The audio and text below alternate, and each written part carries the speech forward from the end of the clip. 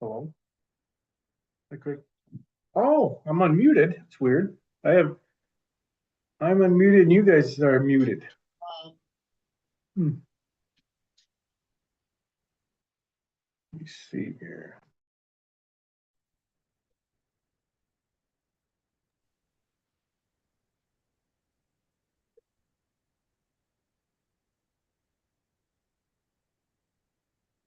Is there a host or co-host can unmute? Oh, okay. Yep. It might work on your phone unless your speaker's on, so. Sorry about that. No problem. So the floor is yours, sir. All right. You get, appreciate the board having me here to present the 24 audit results. As you've had the last few years, had to have your financial audit for the state, and then as well, because of the amount of federal money you get, you also have the single audit too, which is required anytime you get more than 750,000 federal grants.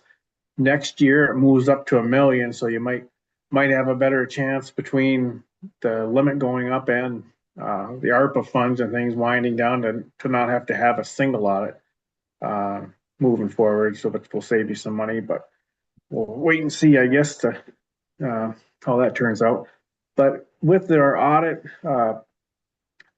the things we do are a lot of evidence gathering and asking questions and looking at documents and agreements and supporting information and testing of different processes to kind of assure ourselves that their numbers are supported, things are being done right in accordance with the accounting standards and principles.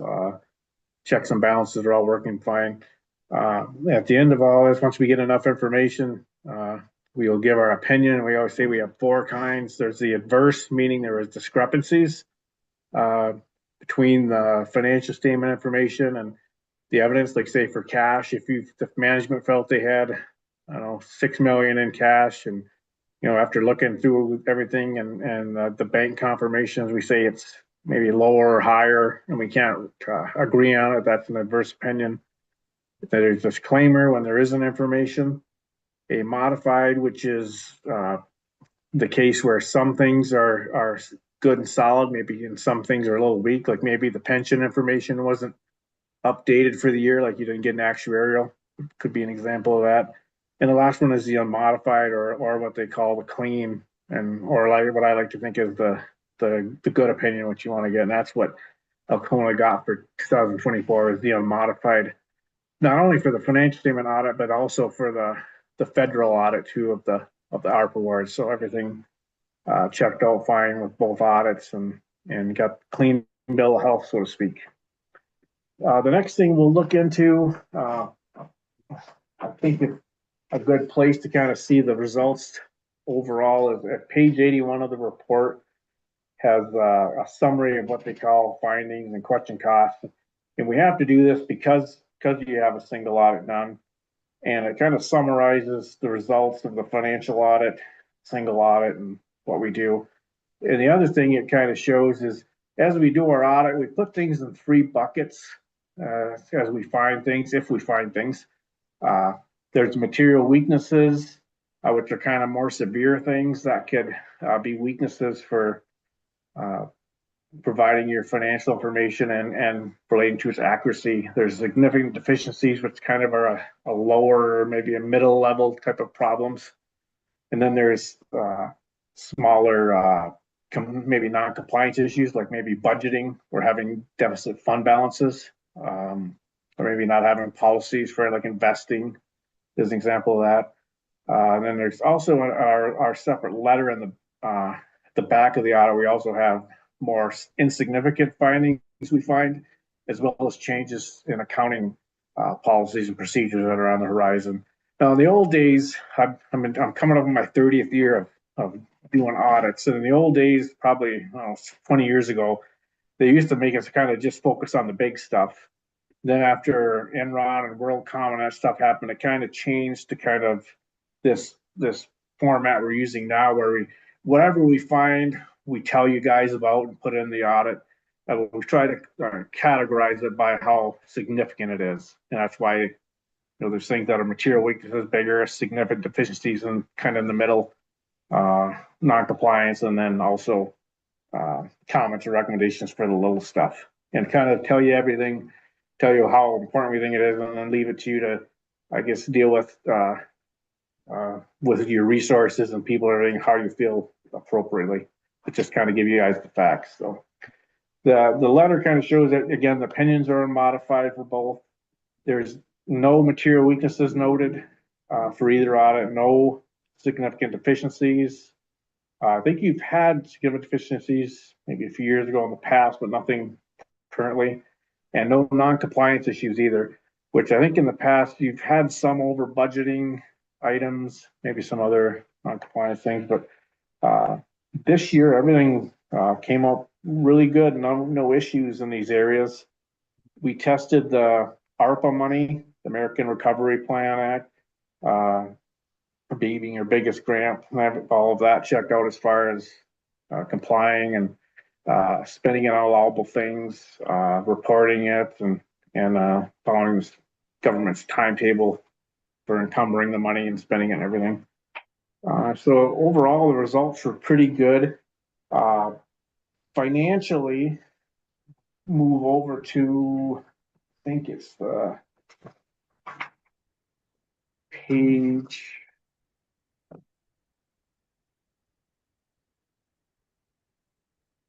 page 14 of the audit. And that shows starting off your general fund, which is always the most important fund for any county.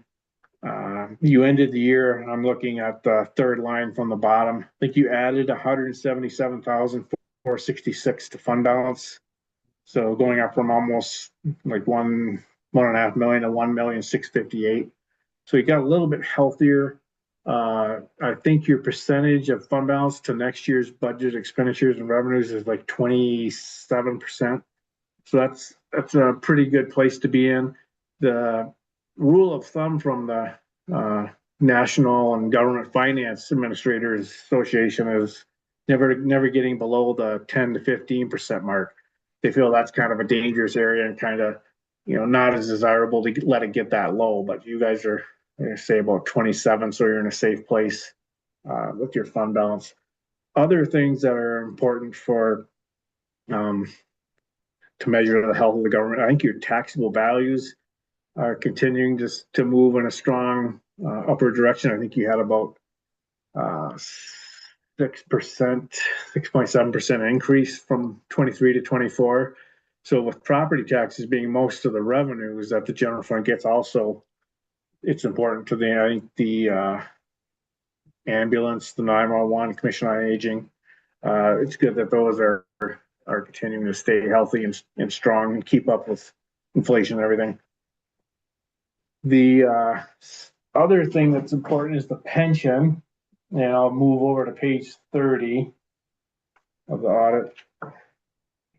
For 24, we got about 1% better funded from last year. I think we're 64% funded, looking at the total liability for the pension, backing out the assets in the plan. We went from about 7.291 million to about 7.375 overall.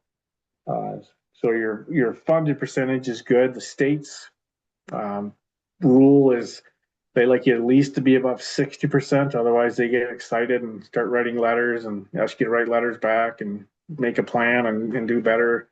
So being above the 60 is good. You're funding that probably as good as can be expected. Other things, I think we had no new debt issued for the year, just paying of the existing. For accounting changes, the one thing that did change in 24 was what relating to compensated absences, which is accrued sick and vacation time due to employees when they leave. Originally, we always calculated the liability based on what they would get, what they have accumulated based on the policy and could be paid out. The GASB, which is the National organization that establishes accounting rules for all the governments. They tweaked the rules and the calculating of it a bit to kind of expand it to account for, not only what the obligation is in case people leave employment and are paid out, but also to track what's accumulated and that they'll be able to probably use and take each year to make sure that that's being tracked and treated as a liability, which in some cases, usually in a lot of cases it already is, but they're making sure that that's, also a part of it and it's also being valued in that because it's more likely if it's something that's been earned, they're probably going to use it and take that time. So it's got to be a part of it. Then on the horizon, for next year, they're changing two GASBs, kind of changing the structure of the audit reports, adding some more disclosures, and then also they're looking at the capital asset note and trying to expand on that and provide more information. And of course, they always feel these things will enhance the information and transparency and all those things. And I guess we'll wait and see, after next year to see if we really feel it's beneficial or not. But that's the kind of the big changes for 25 is these reporting requirements that are going to take effect. So the report will probably get a little bit bigger to show some of these things.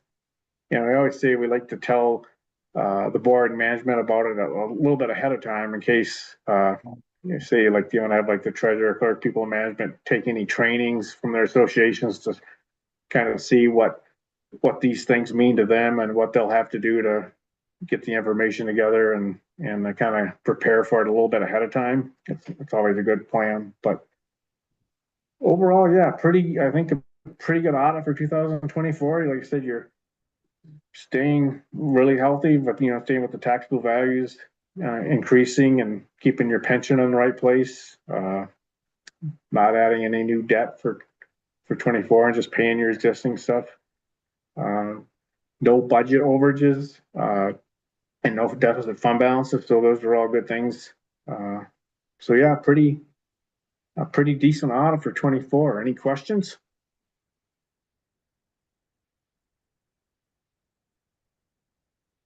Any questions?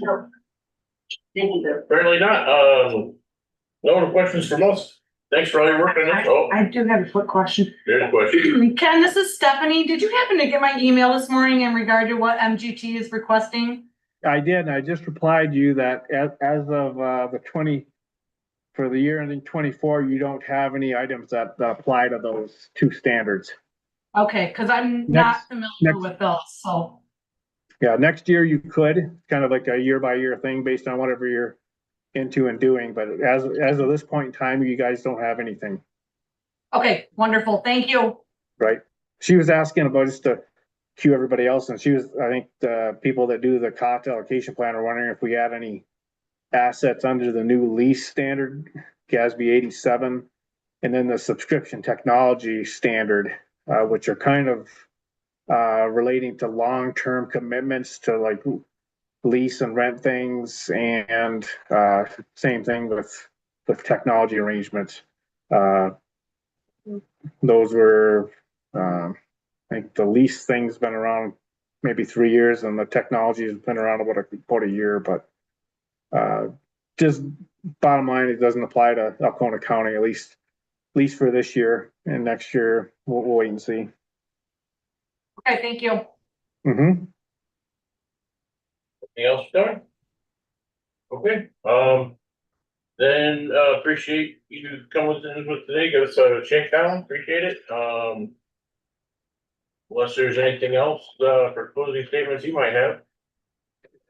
In closing, I just thank all the different people from Alcona County, the different department heads and employees that help gather all the information and pull things and answer questions and find agreements and between contacting the banks and investment companies and contractors. Everybody's always really helpful on getting all the information we need and being timely and cooperative. So we appreciate everyone at the county's work too and thank them. Okay, thank you very much. All right, well, thanks. We'll, see you next time. Sure. All right, sounds good. I always add, it's a lot of, 100 and some page report. If there's anything that comes up later or any other thoughts, between the treasurer, clerk, reach out to us and, whatever form, call, email, or text or whatever, and we're always around. We can answer more questions if you think anything. Okay, thanks a lot. Appreciate it. Thanks, everybody. Have a good meeting. You too. Bye. Next up, oh, I said Tony, I'm sorry, Ken. Man, way to go. Way to go. Next up, Tony from MERS, Defined Benefit Resolution. Good afternoon. Hello, sir. Can you guys hear me okay? We can hear you. Can you hear us? Yes, Apparently I can. not. Thank you. Oh, there we go. No, yes, I can hear you guys fine. Okay, good. The floor is yours, sir. So, good afternoon, and thank the county administration and the board for asking me to be here to review your 2024 annual actuarial valuation. And it's your option. Do you guys have that valuation in front of you, or would you like me to put it on the screen and share my screen as I go through it? Have it. We have it, but I tell you what, for the sake of anybody watching this presentation later on, if you had it on the screen, it'd be better. I'll see if I can share it. Let's see if I haven't done Zoom in a while. I've gone to Teams. Let me see if I can get this.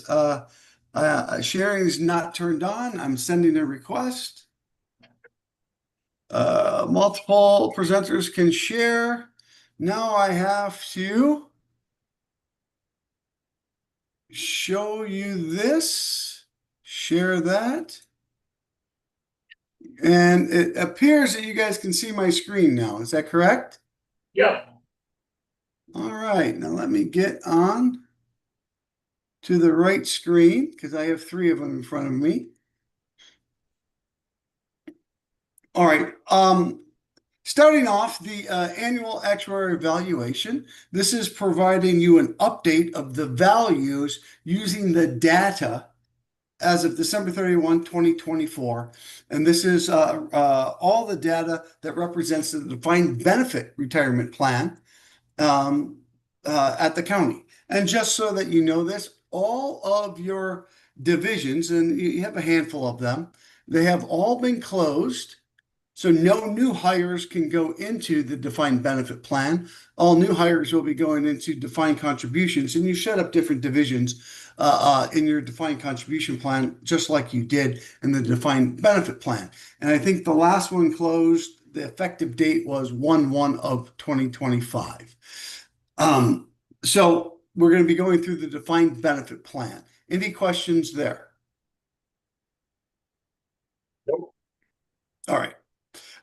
I like to go through those first couple of pages. I'm not going to read this. This is very good information, but the reason that I'm bringing this up, and I'm going to make it a little bit larger, is there's basically 5 bullet points about the purpose of the valuation.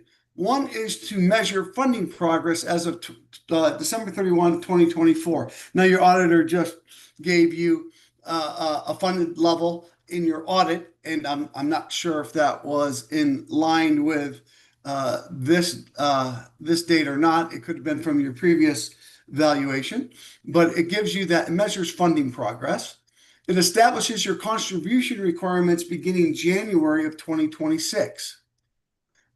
It will provide information regarding the identification and assessment of risk. That's in the back. This is typically something that you can review, and we basically put it on a scale. And if there is anything that you need to be concerned about, it shows up here. And basically what it's doing is it's evaluating different ratios within the data of the valuation. It provides that actuarial information in connection with the Acceptable Government Accounting Standards Board, or GASB, and your auditor does use that information. And then it provides information to assist the local government with the state reporting requirements of Public Act 202, one of those minimum requirements as your auditor pointed out, was staying above that 60% funded mark. And what would happen if you get below that mark. Then as we scroll down, these paragraphs are basically telling you how MERS uses Gabriel Roeder Smith, our consulting actuaries, to ensure that the report that you're getting is reasonable and that the accuracy is coming from actually the reporting that comes from the county, because we have to rely on the county's submission of data back to MERS. The report starts off with an executive summary, and this is really a short review that does detail how our defined benefit plan is valued in these annual actuarial reports, and it gives you some, discussion points of different topics and terms, and we'll briefly go through those, but unless you want to spend a considerable amount of time on it, I don't intend to do so. So the first thing is that funding ratio, and this is an important ratio. It's used in Public Act 202. It's also a good way just to look at a snapshot of the health of a plan just by looking at it. And the ratio really is the value of the assets that are backing the liabilities or value of pensions earned through the 12/31 of 2024. And for the purposes that we use and our assumptions that we use to calculate this, you're 65%. Now I'll talk about state reporting, and their values are a little bit different, but you're 65% funded here. I know you just heard your auditor say 64%, and that's because there's a little bit of conversion for standardized assumptions with the state. And so you're doing good. Someone would say, well, why did we go down? And the biggest reason is it's what we expected due to the losses of 2022. And if you would go back to 2022, we'd show you that you would go down in funded level until we worked out those losses through a 5-year smoothing period, and then work your way back up. And we still anticipate you to go down and then work your way back up, as this is the 3rd year of that 5-year smoothing period. Any questions there?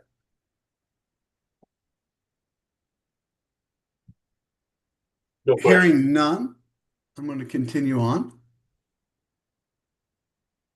Now, this is just a snapshot of what the required contributions are going to be. So you can see that if I will make this a little bit larger, is that better? You can see that what you started paying in January of 2025, we anticipate, and this is estimate, it will be based on what we think your payroll is going to be, was about $847,000. We anticipate that that's going to move up to about $981,000 in calendar year starting January 1, 2026. As you can see here, this does take into account that your members may pay contributions. And as you can see, there's one division that pays 3%.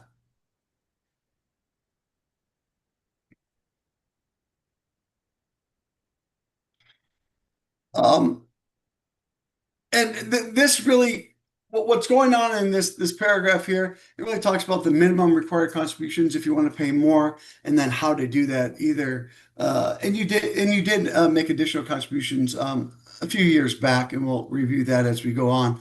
But this is talking about the impact of additional contributions and how that may impact funded levels if you ever wanted to do so. Then it goes into a little bit about smoothing, and it talks about the impact of smoothing here in these bold this bold paragraph. But it tells you that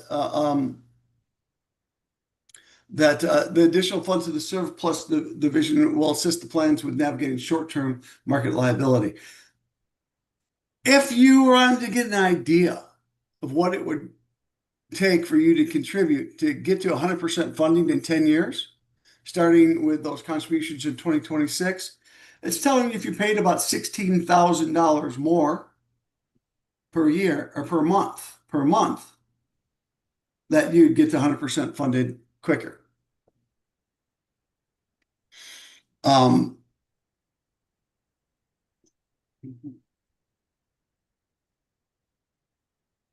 The required employer contribution rates or dollar if the divisions are closed and yours are closed, determine this report are reasonable, and they're telling you that they use an actuarial standard of practice for how they come up with those numbers. And they explain that practice right here in these bullet points right there. But you can see how the numbers change from one year to the next, and they're sort of giving you an idea of how and why the numbers change.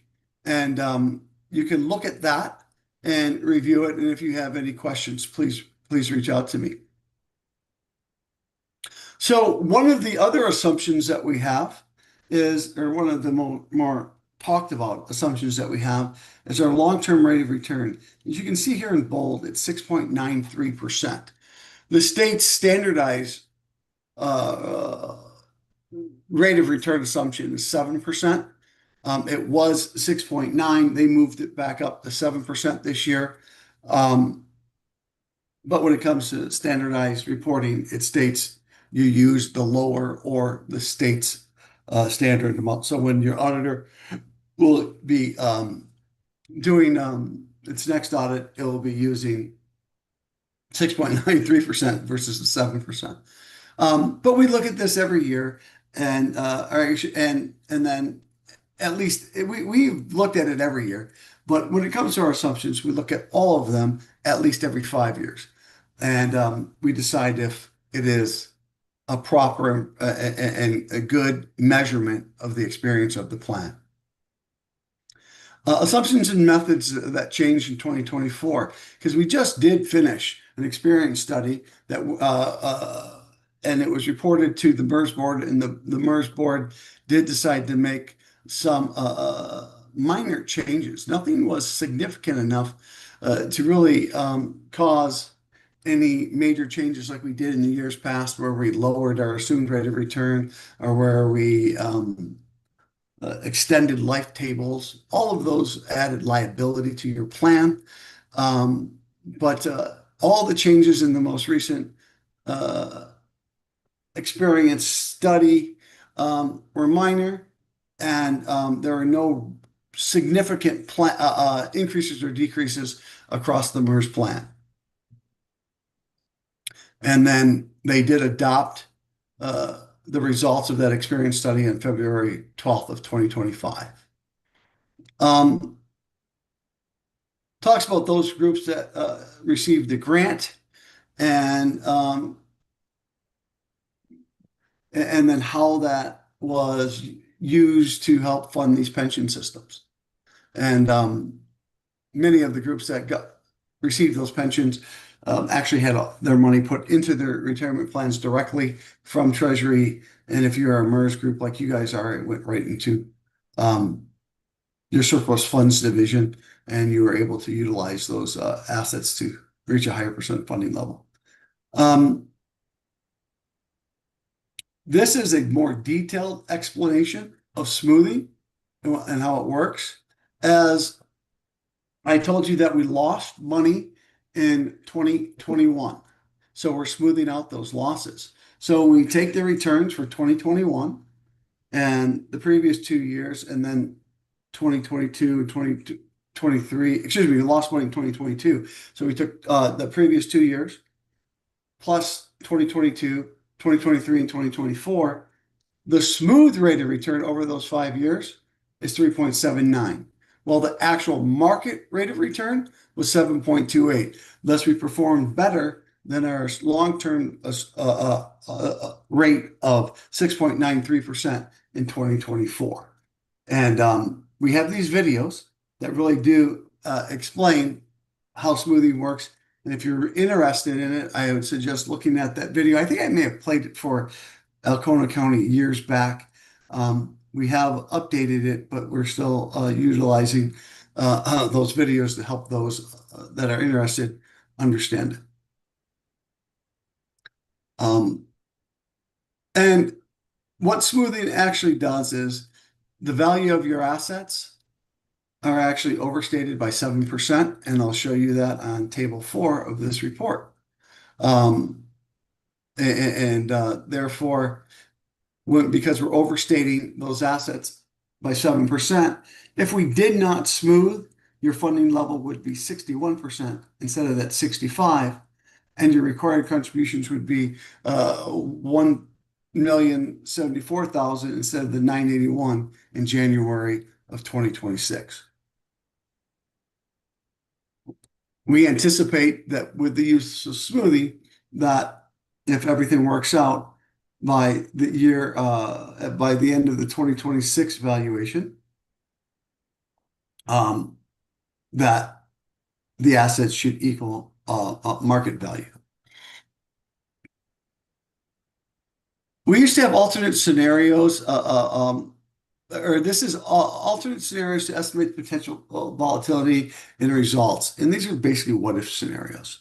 And open divisions that have substantial assets compared to their active employee payroll will have more volatility. Employer contribution rates due to investment return fluctuations. And really what this is showing is that so we have highly funded groups. You go, why did things change so much? And that's because you may have the that impact of being at 100% or over 100% funded, and assets go down. You probably lost more assets than you would if you were lower funded. And so these what-if scenarios are helpful to try to understand the fluctuations that you may see in an actuarial report and its impact on funded levels and required contributions. If you're interested in this, please contact me and we can go over that in greater detail. One of the things that we do to illustrate that would be, say, if we changed our assumed rate of return from the 6.93% down to something lower, and we just did 1% lower or 2% lower. And as you can see here in the bottom column, that by lowering the long-term rate of return, it causes your required contributions to increase. And it actually shows that liability goes up, or in both cases. And that's because we are expecting in this scenario here that the asset column would be doing less work than it is to fund those benefits from your retirees in retirement. So if we hit the 6.93%, then the required contributions are less. But if we had a higher, like we did years ago, your funded level would be up and your required contributions would be less. But this is what we feel, along with consulting our actuaries, is appropriate for the experience of our plan and what we can hit. As you can see, I said we were at 7.23 in 2024. That's all the way up here, I think. No, I can't find it. It was 7.23% is what we were able to achieve. Yeah, 7.28, excuse me. And so that's pretty much in line with what we expected. Now, these are tables of projections.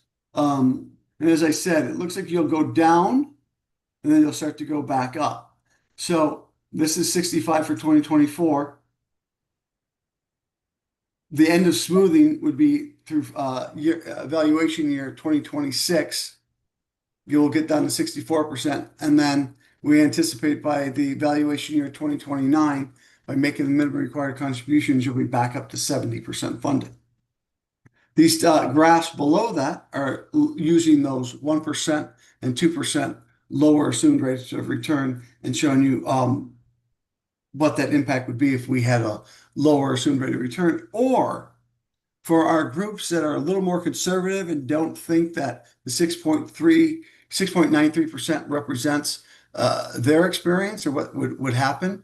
Some of them like to fund their plans at a higher dollar amount, a lower assumed rate of return. And that's just them trying to get to a higher percent funded over the long term, or smoothing out the impact of any investment losses. This page right here is a graphical representation of that previous graph of that table. That table only went out for 6 years. Here is the low point, and then it starts to go back up. As you can see, by 2029, you'll be up here. The dashed lines are the 5.93 and the 4.93.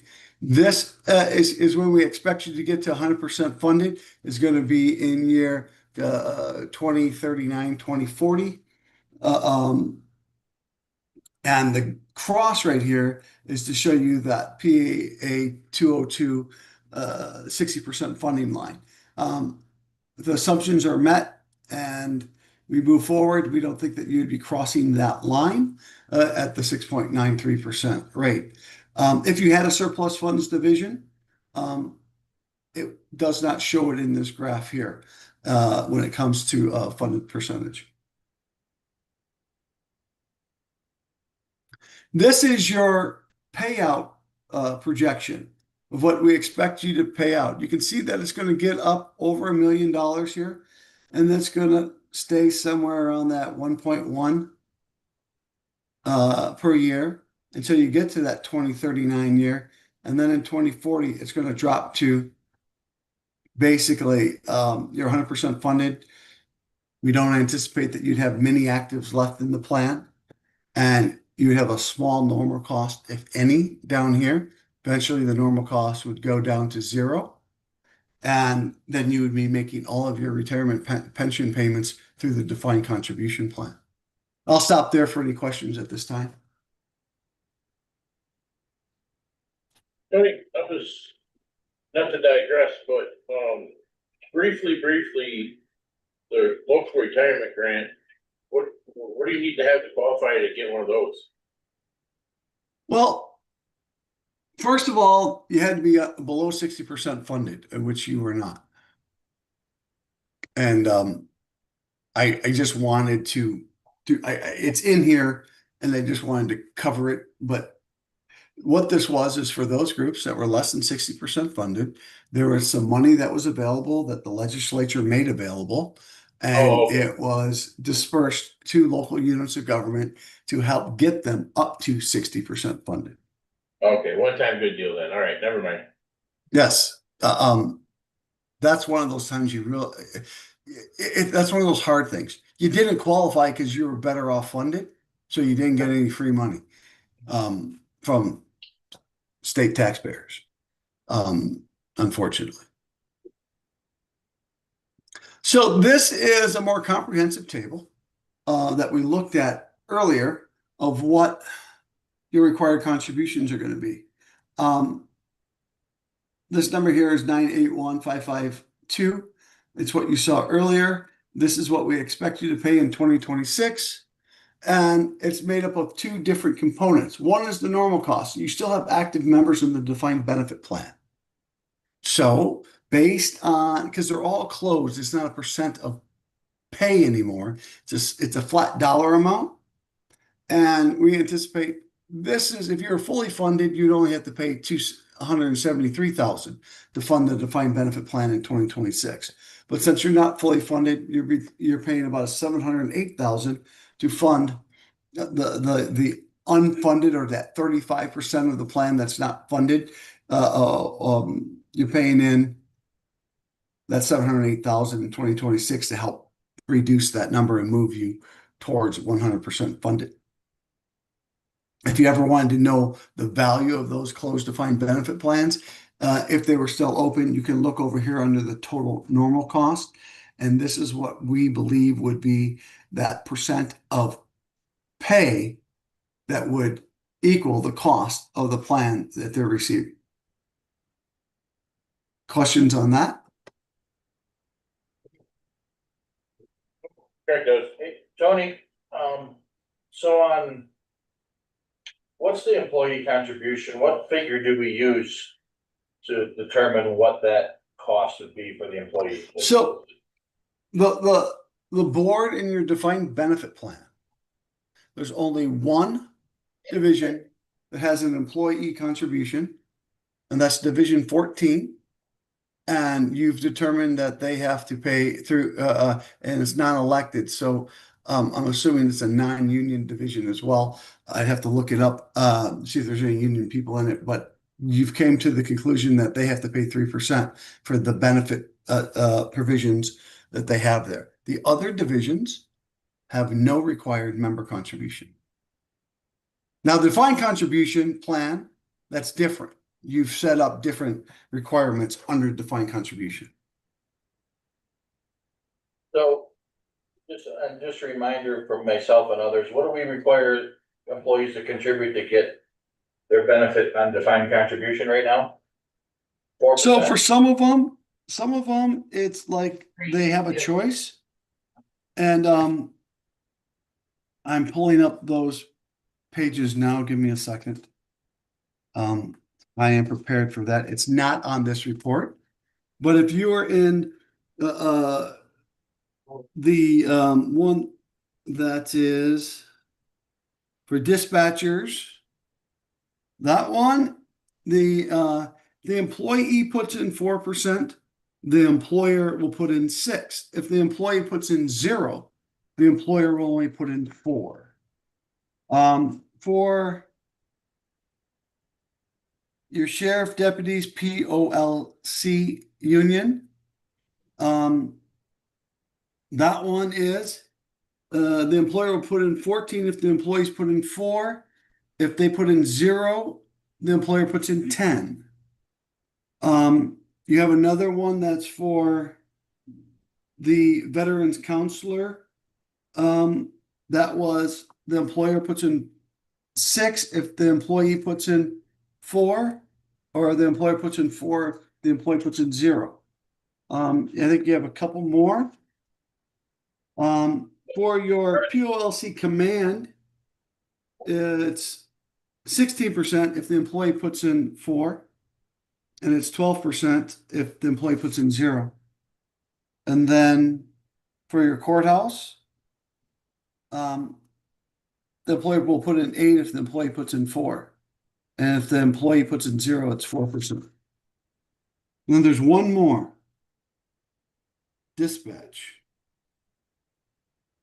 This is one that was carved out of dispatch. And it's 10%. Excuse me. If the employee puts in 0, it's 6%, and it'd be 10% if the employee puts in 4. That's how you set up that. That was either through negotiation or decision by this board. So when we look at employee contribution rate under the defined benefit, do we have to have a study done to know what that would cost an employee if we say added 3% to somebody else? Is there an easy way for us to figure that out, or do you have to do that? So they sort of help us with that here in the notes. Note 2. If employee contributions are increased or decreased by 1% of pay, the employer contribution requirement will decrease or increase by the employee contribution conversion factor. The conversion factor is usually under 1% because employee contributions may be refunded at termination of employment and not used to fund the retirement pensions. Employer contribution will be used to fund the pensions. So you can get a rough idea.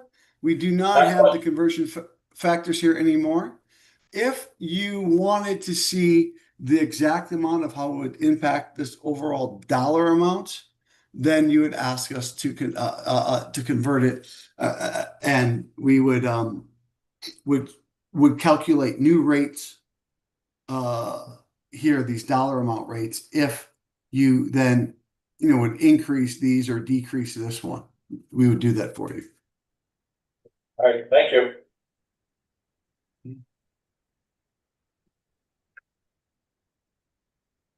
So then moving on, table 2 of the report, this really tells you what the provisions are. And this is just a really a scaled down version of what it is. I know I've worked with the clerk's office to get these updated, and it was called the adoption addendum provisions and things since 2021 is when we started to make this change into ensuring that we had all of the data aligned with the county. But you can see here that these divisions here of your defined benefit plan, it's closed. As you can see, it says right here.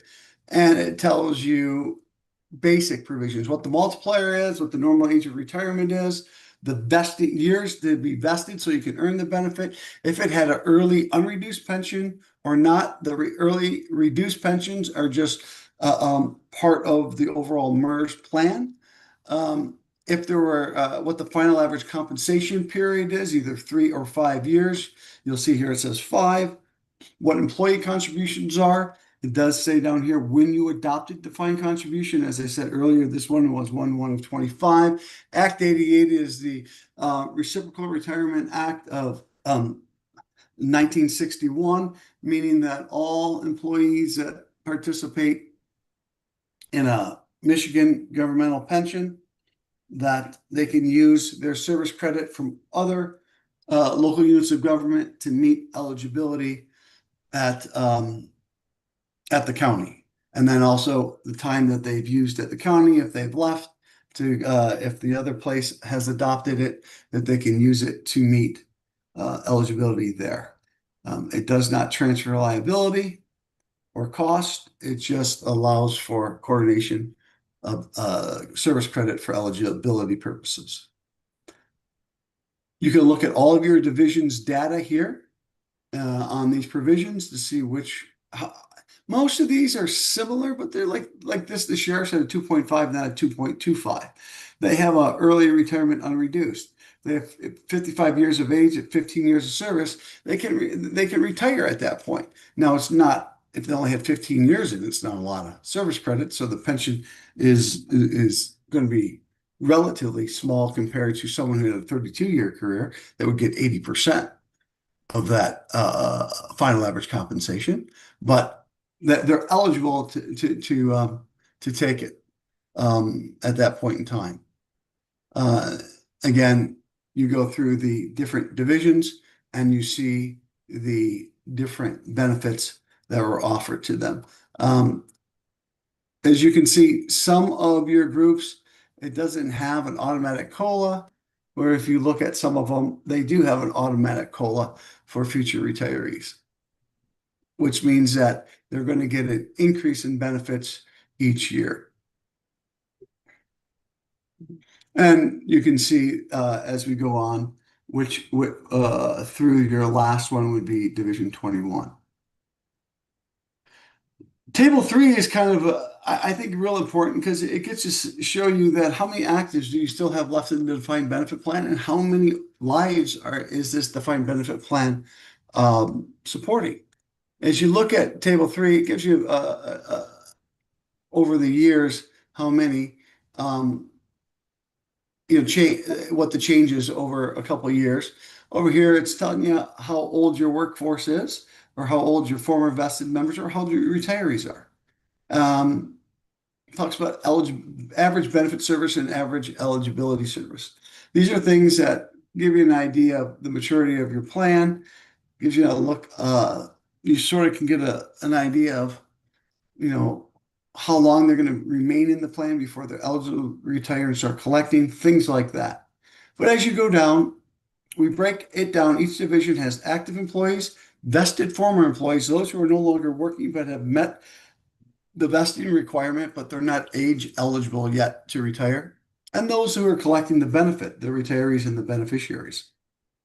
And down here at the bottom of Table 3, we total it up. So for Alcona County, there are, as of 12/31 of 24, there were 35 active employees in the defined benefit plan across the multiple divisions. There were 12 former employees that are vested but not age eligible to draw. The previous year, there were 11. You can see the difference of how that changes. retirees and beneficiaries. You can see year over year there were 70. So you're paying out retirement benefits to 70 individuals.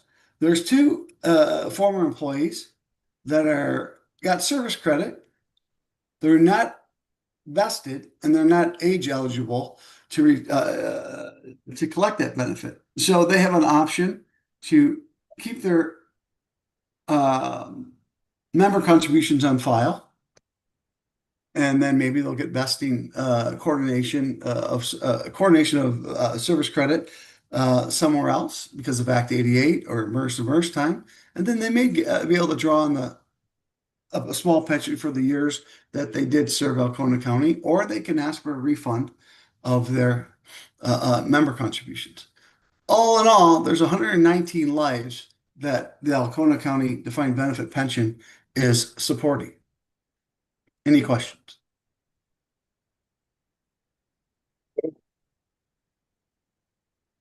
So here, this is the difference between market rate of assets and valuation assets. And so your market rate of assets here are 12.985. They went up from the previous year. But as I go over here, I'm going to go to table 6 real quick. You can see that it is 13.834 is your valuation assets. So we're telling you that you got about almost $1 million more than you actually have because of that 7% overstatement of assets. And that's due to smoothing, and we expect that in a couple of years that they should be 1-to-1 again.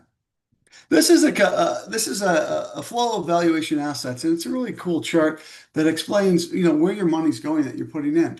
These are your required contributions to fund the plan. As you can see over these 11 years, that your required contributions have doubled. Back in 2015 was the last time you put in a large amount of additional assets.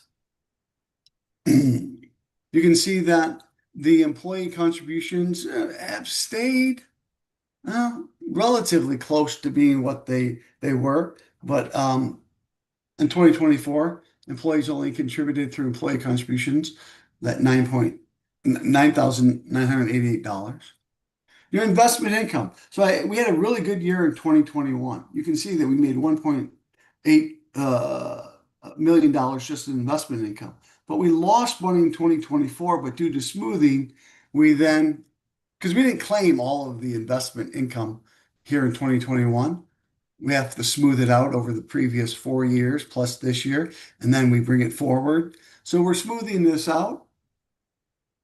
And you can see that when we have a really good investment year, it does help out a lot. And though we made our assumed rate of return that's at 7.28, we just slightly over that 6.93. You have investment income, but it's not like what it was here. Because if you look at what your benefit payments are over these 11 years, it's almost doubled as well. Not quite, but it's almost doubled. And through it all, your asset balance has continued to grow, but as you can see from 2023 to 2024, the amount of growth was much less than what it was in the previous years. So that brings us to this table of the divisions funded percent, divisions percent funded. And you can see some of the divisions are very highly funded and other ones are not. And this is simply that ratio of valuation assets to total liabilities. They break down those liabilities by those 3 groups: active employees, vested former employees, retirees, and beneficiaries. And here you can see that there are a couple. There's only about $1,935 in member contributions that could be refunded. Table 7 is a comparative schedule of assets and liabilities. And as you look at this as a 15-year chart, you can see that in 2010, your liability was about 10.5 million.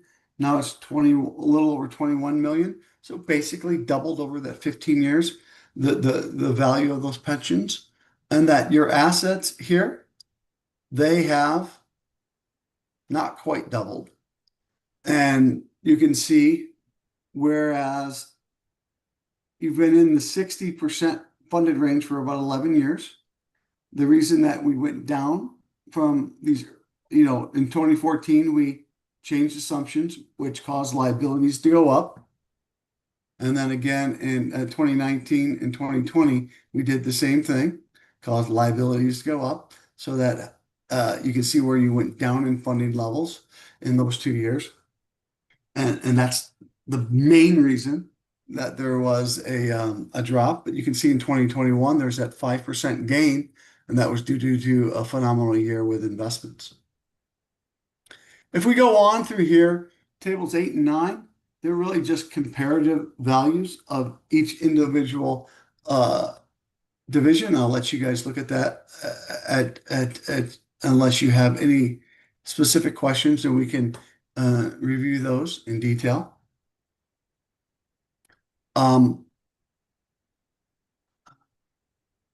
Once we get into table 10,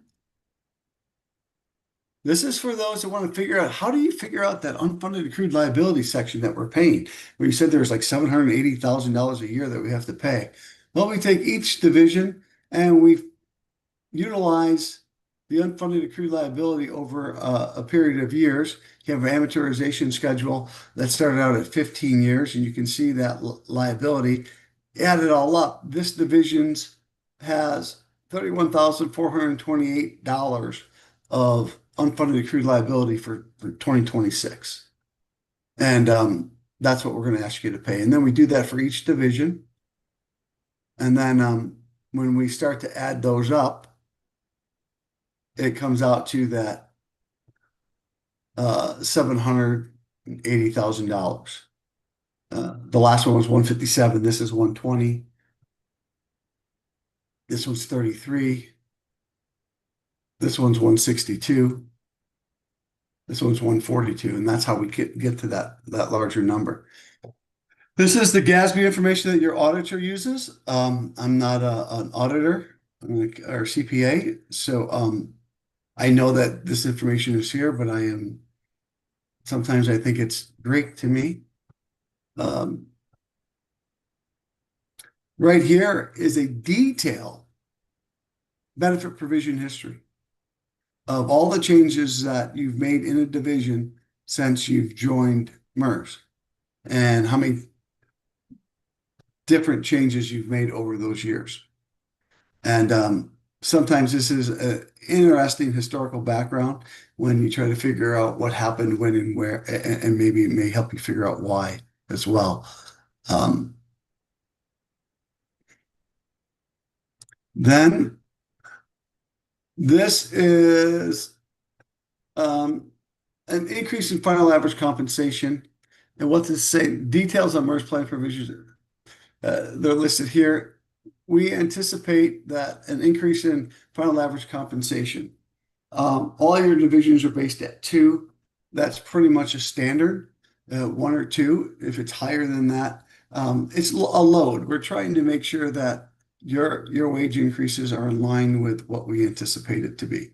And if it was 1, then your wage increases would be exactly what the plan says. But since it's 2, it looks like you may have had recently some wage increases. Here it comes about that risk commentary that I talked about. And then investment risk. Actual investment returns may differ from expected returns. And so how's that work? How is that going on? Changes in asset values may not match changes in liabilities. Therefore, there's a gap. And they go through this and they try to figure out, what are the risks in your plan? And they put together some examples, and they try to figure give you ideas of what's going on in your plan. Here they're about maturity measures, and they use these ratios, and they explain to you what that means over time and what these values mean. If you wanted to go through any of these at any time, we can go through it. They do a great job of explaining it here in the valuation. And then for state reporting, this is what you give to your auditor so that they can do Form 5572 and comply with Public Act 202. And that takes us to the end of the report. What other questions do you have?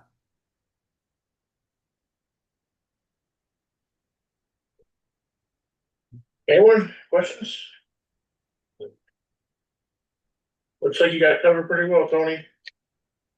All right, thank you again for allowing me to present. I wish that you guys have a great rest of your meeting.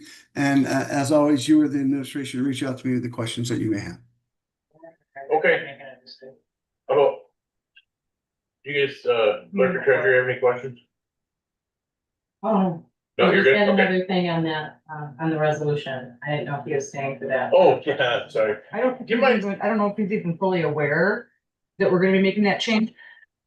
Tony, just real quick, I don't know if you were aware that we were working with Sonia in regard to, a resolution in regard where the two employees like you're referencing that have, 6 years of vesting. So a resolution's being presented to the board today, and it's up to them if they want to decide where an employee is moving from a defined benefit division to what is now a closed division, but they've got that 6 years of service in and their prior, defined benefit. If they pass this to allow for a current employee with defined benefit moving into another division that's had that many years of service, if that's for the reason, so that they continue that vesting.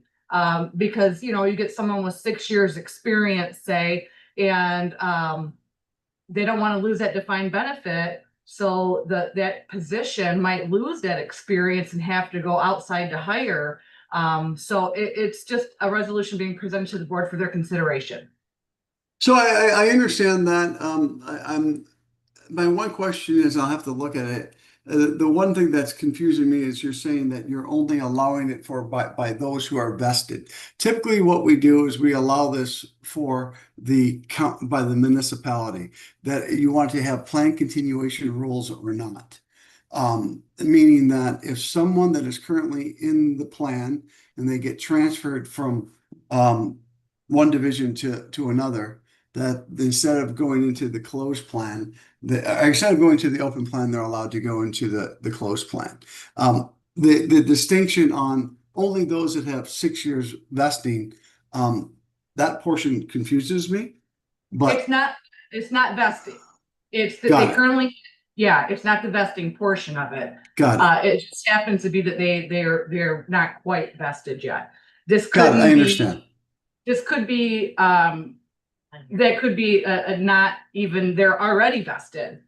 Some of the, like Mhm. the older sergeants in the COAM, they're Mhm. already vested, but if they go, say they run for an elected position Mhm. and they're currently getting the defined benefit, of course they're gonna want to continue with defined benefit. They're not gonna want to go Yep. into a closed division. So it's only for really those that are currently still grandfathered in with that defined benefit.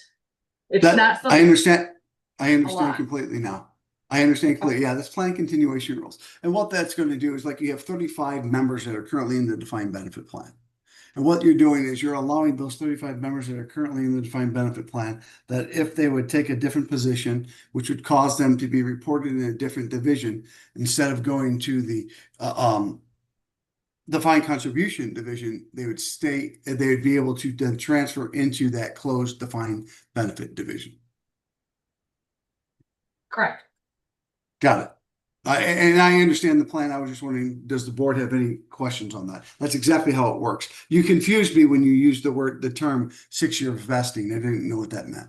Well, because no, I saw the two people in the report and then I figured out who they were, and it's because Mhm. they're not vested. So I probably did say that and use them as an example. Got it. But the sergeants that might want to run when the sheriff retires, say, or something like that, they are already busted. So I shouldn't, I did confuse you, sorry.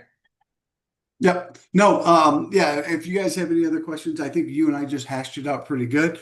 If the board has any other questions, like, on that, I can address those if they'd like me. Okay, any more questions, guys? Looks like we're good over here, Tony. Thank you very much. Thank you. You guys have a good rest of your meeting. Yep, thank you. So I'm gonna do, we're gonna go into claims, or after claims, we're gonna move, Pat Smiley to the top of the list here. Thank him for his patience. But, we'll start with claims. I'd like to make a motion to approve pre-authorized claims and open claims presented for payments between July 2nd and July 15th, 2025 for check numbers 158-096 to 158-247 and e-checks 2667, 2677 for a grand total of $581,718.08. I'll second that. We did this and I missed the whole presentation. I know. I'll second. Any questions or comments? Roll call. Brumman, Yes. Johnston, Yes. Small, Yes. Brady, Yes. Jack. Yes. Apologize, everybody, I got a little aggressive with my check offs here. 2024 annual actuation valuation review. Level list here. Laura, are you presenting that or? No, That that was was him. part of the merge. That was that. That would just continue on, I think, to the next line. Oh, Yeah. It was. and yours is and there. Oh. Oh. Man, a bullet would have helped me a lot right there. All right, my bad. All right, moving on. We're gonna ask, Pat Smiley, he wants to come and make a, Yeah. I'm here, Pat Smiley, Malcoma County Veterans Committee. I'm here on behalf of our committee. We're asking the request for a service officer. We have done a very thorough evaluation of them. So, thank you. I just, added just a couple of the specifics with it, what Tony has done to help our veterans in our community. And, this will let you know about the grants. We've got over $300,000 in grants approximately the last 4.5 years because of time Tony started working. Many counties didn't get the grants we got. They didn't do it properly. I went to the MBA meeting in Lansing, back, I believe it was the end of February. And met with a lot of their service officers that didn't understand these grants, and Tony was right on it. And got the job done for us. Right now, I just talked to Tom Jacobs this morning. We're having our wall put up in our parking lot. For the parking, that's gonna be started next week. It'll be done next week, end of next week. We got our materials for our pavilion, and our lead to's been all delivered, finally. Hopefully, by next month, we'll have that all up and done. Our flag poles, we finally got them. The sleeves are gonna be installed next week. I don't know if you've been by there and seen them laying there, but they're the color of our trim of the building. It's really gonna look nice when we're done. Tony's been. This has been going on for years since I've been the chairman, and I've been with him on some of these runs. This guy, a veteran can't get into the office, he goes to their home. And not during working hours. He'll go there in the evenings. I've been with him on some of these runs that he's done. On weekends, on his own time, he does this for our veterans. He's always been there doing things for our community. Even just last week, what is it, Lincoln Haven? had a little expo and they asked if Tony would come over there and put up a booth just to be there to support the community. And he does things like this all the time. And I just think he deserves this extra and we're really proud of what he's done for not just our veterans, but our community. He's really been there for everybody. Any questions? I'll be glad to. What is So- the current? Oh, this is a one-time, right, one-time bonus? Yeah. Yeah. Was that, Oh, we don't know. Who knows what's happening? well, for years this, from now. only this year though, it's not real. Oh, yeah, this is it. Yeah, this is it. Hey, in my eyes, what I've seen, I've been the chairman since Tony's come on. I've been working with him side by side through a lot of things and he's really deserved, he's earned it. In my eyes, it should be more, but we can't do that. This here, I think is, we thought, we came together as a committee and thought it'd be a nice thing. And we can do it right now. I'm sorry, you have a question for me, Mayor? I didn't do this. What is his current salary, please? Pardon me? His current salary? 50? It's right in there. I'm in the ballpark. I don't know. What is exact- your current fund balance? I don't know. I don't have that information. I can get it for.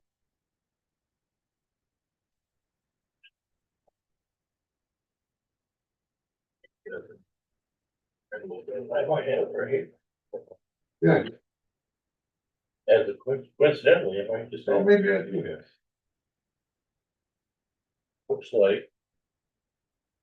Salary department head. Current 2025 is $52,451. Okay. 2001. 451, 52,451, I do have. and they're, Do you have the balance sheet? well, I don't know about balance sheet, I just had, we got it off me last week on that percentage report. Oh, of course. What do you have in contingency? Pardon? What do they have in contingency? Oh, they have. $1,372, $1,372. What was the amount of the request of the stipend? 3,000. No, that's their contingency. I don't have fund balance information. I know they're north of $100,000, like that. Yeah. We will have to move. You know, no doubt. Which would be no problem. 100. Pardon? North of 100. Worth of 100.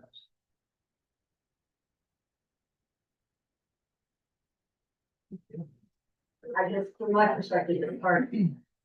I certainly concur. Tony was doing an outstanding job. He always has. But it's without knowing figures, so I mean, what obstacles do they have in their path that could need to draw down from that other obstacle? I guess I don't have to clear the picture. Yes, he considered that. You're right, he probably considered more. But I just don't have enough information to reach. So you want our current fund balance? Is that what you need? It's a little more than that. But Did you guys have, did you have a plan on whether you're gonna pull from contingency or do you wanna pay it out of fund balance? Well, probably a little bit of both. So we need that number, because that's two different motions, whether. you're gonna Because in the change your budget. contingency, what did you say we had 1,300? 1,300 or 13,000? 1,300. 1,300. this doesn't give me enough information to be supportive of. Okay. The concept I support. Totally. Well, we can find their fund balance pretty quick, it is over 100,000. But this, It's over 100, I just want to. The treasurer's gonna, the deputy treasurer going out to check the here. it just, you know, what issues do they have coming up? What? My personal obligations. A lot personal, the obligations I accept for myself are to have a better understanding of what and how it's coming from and what other obstacles there might be. What other looming things might they have? Pat, What do you mean by other issues coming up? Hey. Well, Everything I mentioned is already paid for. Pat, in your equipment, Food line grants. item, I'm sorry. I'm sorry, I'm trying to help her. In your equipment line item, you have $5,000 that you haven't touched yet. Right, You think we could take it out of there? sure. Oh, I'm sorry, that's all spent right there. My bad. Is my it bad. spent? Yeah. Okay. Hold on, available balances, no, available balances, I'll take it 5,000. from It's anywhere. right there. No, it's right there. Wish I had it in my pocket. Equipment, so you got equipment line item for $5,000 that you haven't touched. So are you finished with stuff in the office? Cause that's probably what that was under. Well, that'll be, wait a minute. Yeah, under the grant we have. That doesn't say anything about grants, that's. just- Okay, I know, but that's When they budgeted, they. what I've mentioned is already paid for in the grant. The, office furniture, it's not gonna be purchased in the fourth quarter. And that'll complete this year's grant. Is the Okay, and now equipment- next year, the grant update for next year. It's looking good for us, but they're changing the rules. They want you to, purchase up front and then. Give them the reimbursements, yeah, That's next year's budget. but they're gonna still have to, it's a complex process and they gotta look more into it. They messed up big time, the MBAA. They overspent, $3.5 million last year. I believe the treasurer, unfortunately. I'm sorry. Oh, I was just asking if the equipment that was in your budget was incorporated into the grant, or if that was. Yes. Oh, that's Moving- part of the Probably over grant. budget. Part of the grant. Moving that money Can't do that. would not be advantageous to his bookkeeping for Yep. tracking the grant. That was all my comment. Yeah, You have, And other than your building expense, building the building, you guys haven't taken any money out of fund balance, right? You've operated with your grant and Yeah, just about. And things have slowed down a little bit as far as, the relief. Funds for veterans, which is a good thing. the building is complete, right? The building is I mean, complete. other than the stuff like. And, got a lot of great feedback from our residents.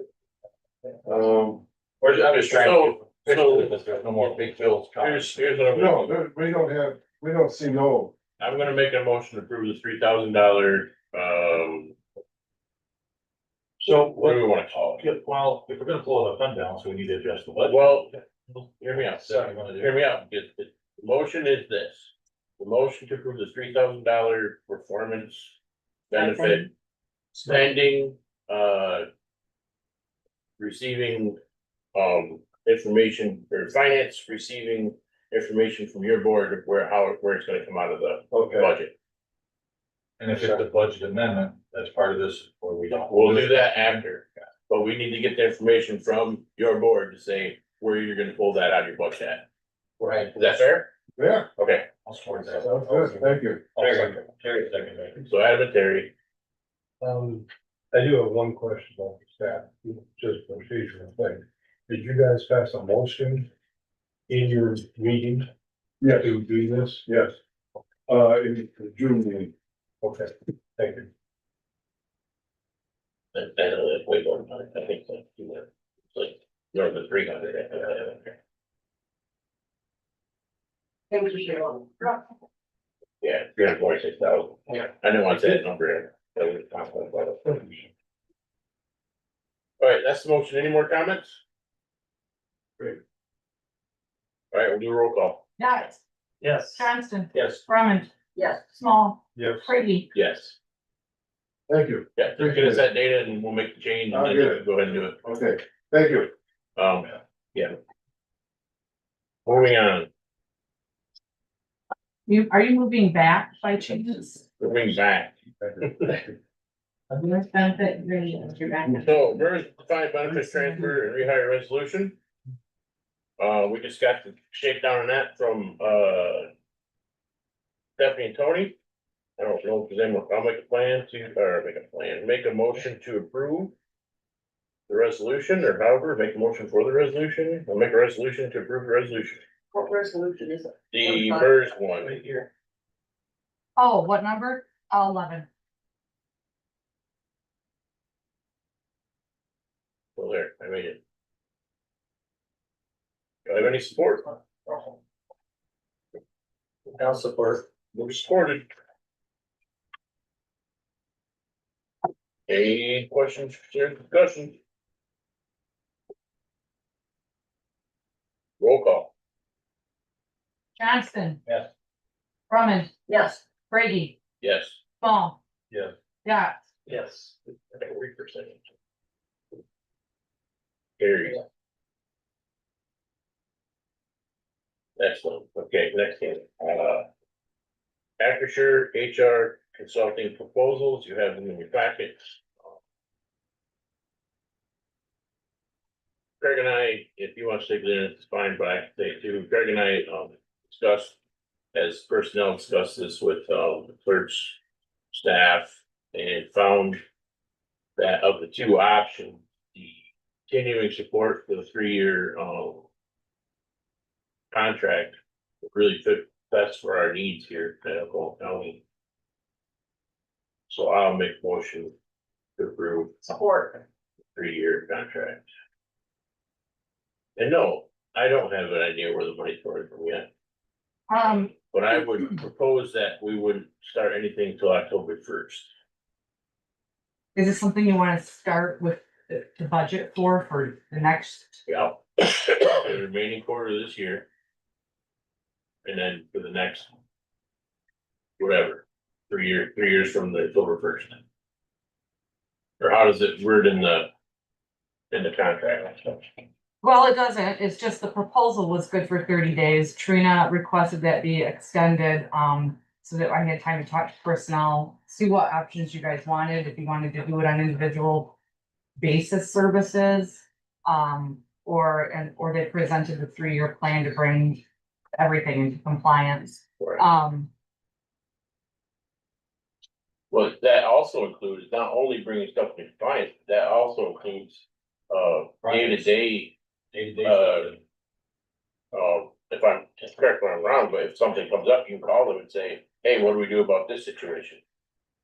Yes, the legal That's portion what I of mean. it, yes. Yeah. So it's like having it's a really low cost HR professional on our staff, basically at the end of the day. Is there a reason that they waited till January to start? That was my suggestion because it's not in the budget for this year, so you can figure it out next year. I'm okay with January, I mean, that's what we're. Cause I'm gonna not lie, it's gonna be time consuming, just even the handbook alone, the time that's taken for that. And then we're gonna have 3 years of it, it's a lot of. Is it, just so you guys could budget for Well, it. you are the one that's gonna have the most interaction with the service, so Correct. if you wanna wait till January 1st and we budget for it 2026, as long as you're okay with that. I'm fine with that. I'm okay with that as well. I mean, there was individual services that we were hoping for. But I can do that when I do my report as well. So, It would be more cost effective, just get them all in one big thing instead of pay for those 3 and then go ahead and get a contract, it'd be more cost effective, to go ahead and get. I like the whole concept of having. Minute by minute assistance in HR. That's gonna be huge for I mean, us. they've been good, the contact is a handbook, right? More than willing to talk, more than willing to. I'd like to see it start the 1st of October, because it would let us work into the coming year.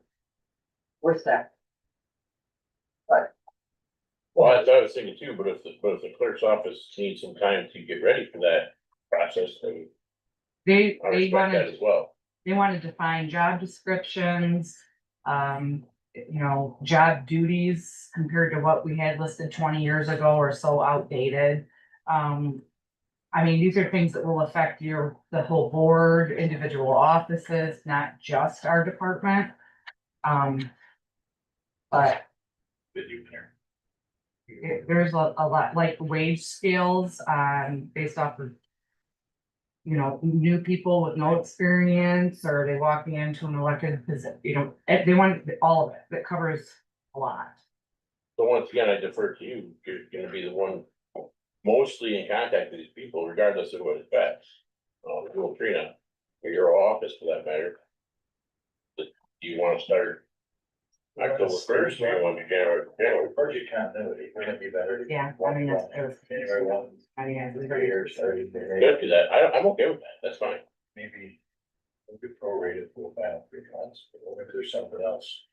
So I'm thinking just for budget continuity, I mean, going January 1 to January 1, it's a lot easier than if we start in October. It's not gonna be on our thing, I know we can do it, but Although, we do have, we are starting negotiations with the union here pretty soon. Yeah. Or we got to have some secondhand advice. The only reason I wouldn't wanna wait, which I can, is the independent contractor audit. I hate to pay for that separate when it's gonna be included in Right. audit we need to. already, but it would help Tina based out of, but we did learn some recent news that I was gonna cover in my report. So that decision's up to you. But then that audit's gotta happen before the end of the year. What you're saying? The independent contractor one? We're pretty good. We're pretty confident, I think. So I'll ask again, October 1, are you okay with that? Yeah. Okay. And that is what we would consider on this. Finance will drag through and try to share up to $8,000 for the last quarter to cover it. Go from there. So 8,000 is the cost for a quarter. It's, I estimated it's 2,800 a month or something like that. Was that with the disco? Yeah, That was the final cost. it's a 20% discount, being right, for sure. 8,400, so it was off $400. So I have to find $8,400 for that last quarter to pay for it. And we put that line item in the clerk's budget or the commissioner's budget? I think the clerks, because you are the ones who are gonna interact and. Like, I agree with that logic.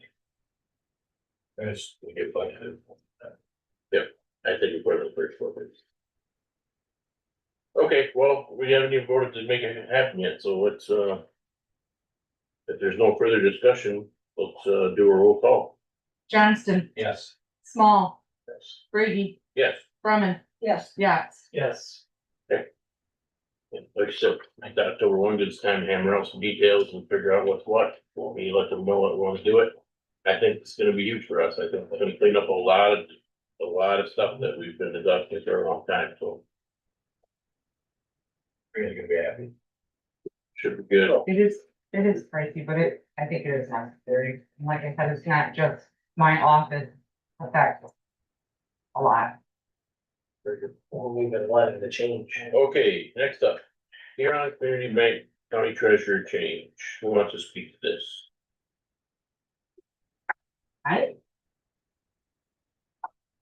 had the paperwork. Yeah, that's. Anybody sitting in bank document? I don't. As you know. On June 20th, 2025, at a public meeting, 3 senior elected officials, Laura Farley, probate judge, Thomas Michael, prosecuting attorney, Stephanie Eller, the county clerk, appointed Sheila Scott as the Alphona County treasurer to fill the vacancy upon resignation of myself. Effective August 1st, 2025, Sheila will take the office and appoint Amy Oterma Holmes as her deputy treasurer of Alphona County. And at this time, I'd like this notification signed so we can provide it to Huron Community Bank to start the process of the transfer of removing myself and adding the 2 new officials to the bank. The banks, the investments and all that. Is that the only thing that you have to do it? No, all the banks. Are gonna need the transfer, the removal of myself and the transfer of the new officials that would be responsible for the transactions in that deal.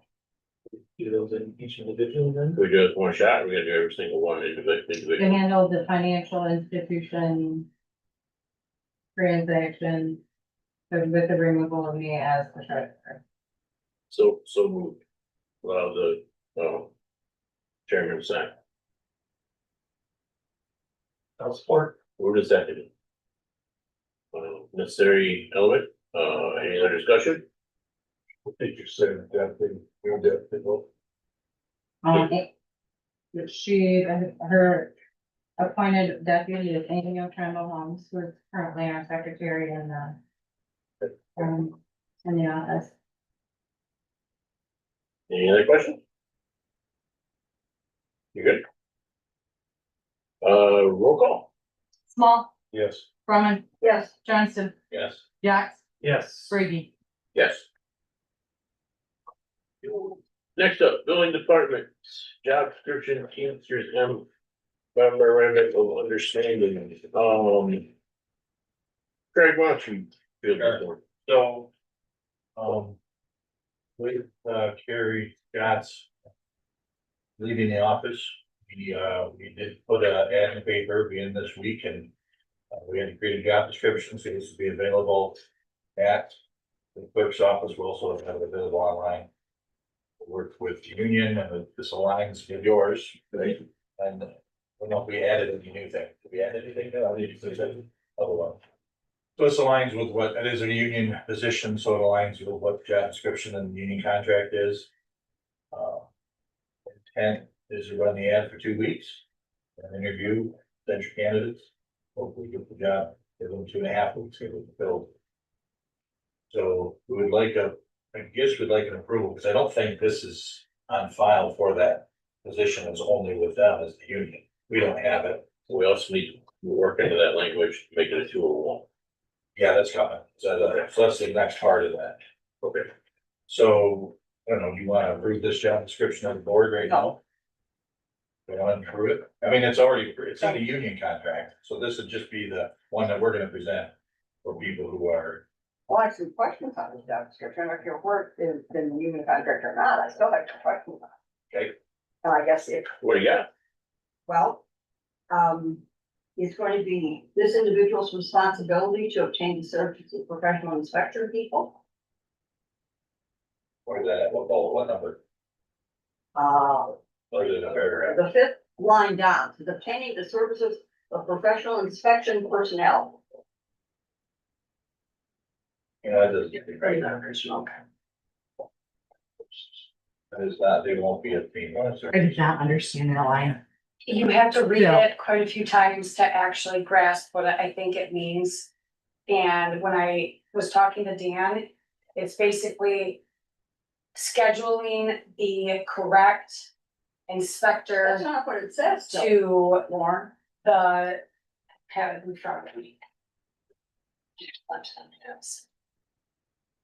That is actually in her original job description. Then- So, I would say 1 of 5, losing most of the battles that I go on to, but I would say that it's incorrect.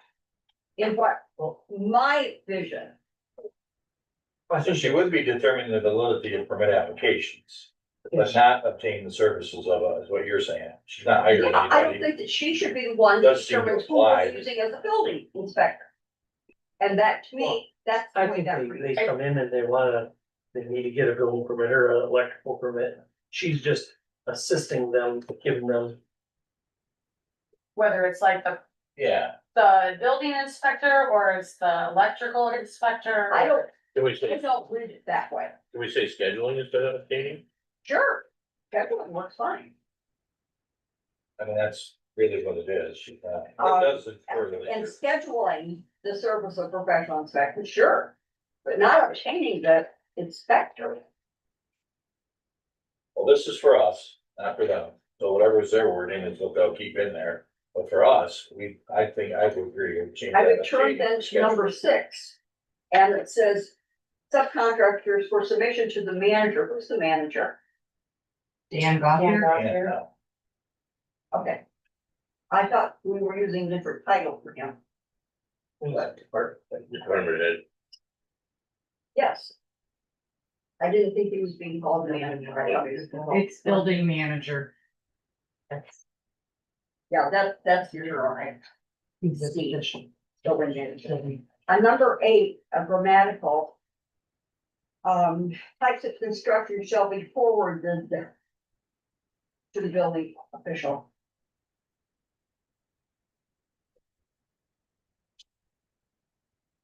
Number 10, most job descriptions have an any and all other duties as determined. I don't know. And the other thing, I see no minimum qualification. That's it. That kind of goes with what our next one is, it's gonna be go back from a 301 to a 201. So, It's nothing to do with that. Do they have to be a high school graduate?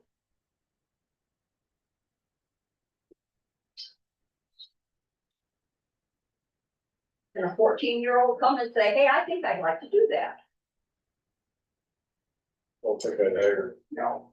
I think there needs to be some, all of our positions need to have a minimum qualification listed with them. so any other duties as As determined Determined by the necessary, manager. or as assigned, or. I kind of like the phrase as determined necessary, because. This is an absurd thing, but if there's a box laying at the entrance. It needs to be picked up so somebody doesn't trip over it. It's not necessarily something that would be assigned to them. It would be a common sense response. So, since we haven't even moved or motioned this thing and we're doing all kinds of stuff, the board's happy. We add in with minimum high school diploma requirement. And item 10 that says any other duties as determined by the building department manager. And the change in the word services to assign. No, Obtaining to schedule. Scheduling services. Yes. And forwarding to forwarded. Yep. Okay. So the minimum will be high school. I'll second it, Craig. Okay. more. We'll have this redone and then available. Any more discussion for the job description? All in favor, all opposed, motion carried. I think Acrisure gonna do this. Isn't it? Thank you. Moving on to the 201, 301, 201 issue. So as we began discussing this, the position had been increased to a 301 because lack of management in the office. Barry was acting as a somewhat of a manager. Given that, we petitioned the union, asked them if they'd be willing, and they were to return it back to a 201. Which is less amount of money, but so that's we have an MOU here. We approved and signed and make the motion that we approve the MOU. I'll support. Was supported, any more discussion? That I will add that, it also. Defaults the responsibility of any soil erosion scenarios. That whole separate MOU is, going to go away. And the current department head is intending to get certified for that practice. That is regular. Yeah, that would not be a requirement. Any more discussion? For a roll call? Brumman, Yes, Brady, Yes. Small, Yes. Johnson, Yes. Yax. Yes. And I'm sorry, on the building department job description, Adam, I believe you were the first, I didn't catch the second. A good name. It was great.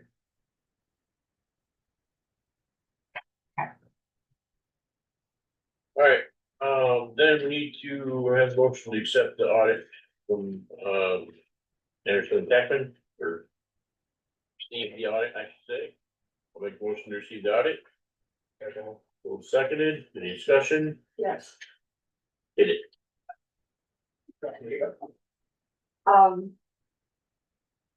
There seems to have been a tendency, not only with the audit, but other things also, to less or to more and more not have them present on site. I think maybe when we move on to the audit for 25, it's something that we perhaps might want to address and have a brief discussion with whoever it is that does our audit. Generally speaking, I have no problems with our current auditor. I mean, I'm no longer sitting in on the exit interviews.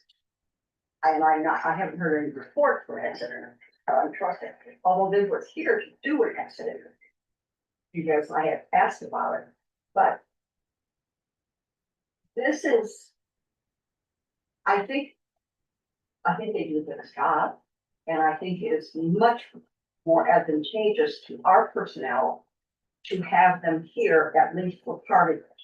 I know it's not appropriate or not practical to have them here for the whole thing. There's much work that they are able to do in their offices, having to cart half of their office down to Harrisville. But I think that, it's something I'd like to see us be cognizant of, you know. Perhaps that subject is brought into discussion as before we sign our next audit agreement. Okay. So he was there at the road commission last, or 3 weeks ago. He came down personally and I asked him, because I think you had said they were gonna zoom in. So why aren't you coming to our meeting then? I don't know if they were busy, manpower. We did talk a little bit about why they weren't here and it was the ice storm, right? We lost power and it was that part of it, or was there other things? Just that, I mean, I think, Cause I said you weren't here that much. I don't even remember, I think we're gonna do the first couple days remote and then do the last two. Yeah. Yeah, we'll So do there the was first already remote. yeah, part of it, one part of sure. it. Yeah, it was really. And I'll say I did, but Well, with it being, some of it being done remote, but some of it needs to. I remember many times, a staff member will say, well, yeah, the auditor asked us about this or about that. I didn't realize that was important, or I didn't understand until they explained to me. And that's knowledge that's good for our people to have. And that's part of why I think there's value in being on premises. Stuart was part of the law. I think I'm the one way authorized, so just go to the bid today. Somebody might ask me, I don't recall, but. I don't know if I have that right to just go ahead and do that, but I didn't think it'd be a big deal, but for sure, your point's valid, so. For sure, the next time around. Give us some thought, more thought, better thought. Only when they engage, when they give us a meeting, when they ask for some Yeah, things. Did it go as smooth this year as it has in the past, or because they weren't here? For us, it did. I never talked to him. I never got email. I didn't talk to him at all. I didn't get any emails. I guess Tina got a couple. We got it. Things that go fine. It went well. It's not their job to teach us how to do our job. It's their job to see how well we are doing our job. And, go ahead. I think one of the things too, that has been such an improvement, at least in our office, and I think Stephanie's office is probably doing the same thing, is a lot of the information is now scanned into the computer. So every transaction we do and record in the general ledger, there's an attachment usually to it, especially in the cash receipt. And even in the general ledger. So when they get access to our software program, all the information is there. We're not having to pull like we used to, because I know our office has been doing it for probably about, I don't know, what, 6-7 years now, maybe not that long, but all the information is there, so for them, it would be nice for them to come down, but they have it, they can just sit right on the computer. And they have, I think, better working knowledge of BSNA now, so They they do. just go in and pull their own reports. And You don't they're- hardly have to. Yeah, all the support is there. Each department head is really great, the majority of them, they give us the information and then we scan all that information to their transmittals and stuff, so all that support is there and what took place on that transmittal. I may be wrong, No, I'm just saying maybe that's one of the reasons, because we have to move forward on doing more of that, giving them more information to support the information that we put into the system, and they have access to it. We're just not used to them not being here. You're wrong. so we need a roll call for, to accept the report. I would. Okay, roll call Yeah. then. Yeah, Yes. Johnson, Yes. Brumman, yes. Brady, Yes. Small. Yes. Finance report, I would like to open, as this is the last regularly scheduled commissioners meeting that Cheryl will be, acting as official capacity. To say thank you for everything done for us. All the years that you've worked with us, and I will say that your role has been crucial in, especially in the last 5 years. In helping us to, we had that last audit and it turned out really nice, so I think we can contribute. You have a lot, the contribution to that success, I appreciate it. I just want to make that sense, so. Next, for finance, I don't think we really found anything, we need to move around or anything, this point, do we have a finance thing? We remember when to bring it up, bring something up. Or. What is going for? I don't know. The other thing, we're just gonna wait till. After the first of the year, very first of the month. For finance, what we talked about at the last conversation was the overview of the general fund, which was completed. There was no bottom line transfers necessary. Thank you. All the adjustments were put into play. Without having any changes to the bottom line, the non-general fund will become, Bill, you'll be getting a report, prior to the end of the month with, in regards to all the changes that were approved by finance. Or once we contact the other departments that we had necessary changes, the library was a big one, they brought in a lot more money than they had anticipated in their original budget. Which corresponded with the other, changes that were necessary, the increase in funds and the smaller amount that they had actually budgeted to bring in from the fund balance was counteracted with what they needed, so they're doing it, they have a very healthy budget.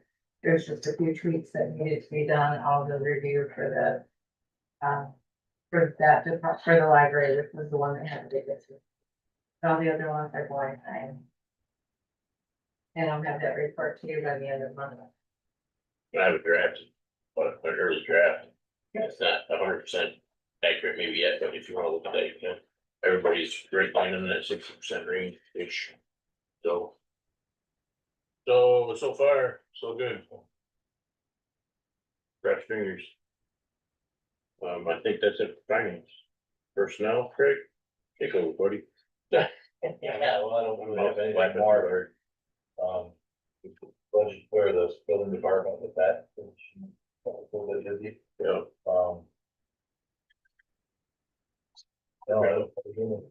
Well, we were contacted by the, ULC.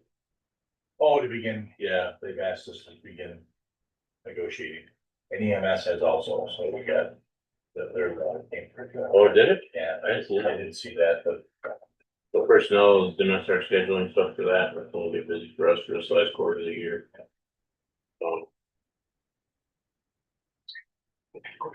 That's it for now. and thank you to the board for doing the thank you sure thing, of course, now that's sure gonna help. Yeah, we're gonna see big benefits from that, there's no question. Treasurer's report. Okay, collections are all underway. We have, everything completed. We'll have our updated on bringing in the office, obviously with the changes that are happening and learning new processes that, they weren't so hot and heavy into, like your incoming treasurer, as far as the tax rolls and all the ins and outs in the township. So that's what we've been working kind of to make the transition easier for the office. But everything is good and underway. We are starting to receive payments in from the townships. We have, today we have one from Caledonia. So slow but sure, our funding is starting with the tax roll payments. You all have been contacted by our attorney, our prosecuting attorney, or who wants to the class action. That was the contact we had this morning. And I've been working with them from the beginning on this, and it'll be transferred over to Sheila She's aware of the situation and everything that's going on, and I know he had asked you to, if you have questions, to contact him in regards to that. But rest assured that we have all the needs covered, for the necessary requirements that will follow, depending on what your decision is in the settlement. Other than that, just kind of keeping the general fund on track and getting things ready for my departure and shoot with that. And thank you very much. I appreciate everything that you've done to work with me. And it's been a great experience.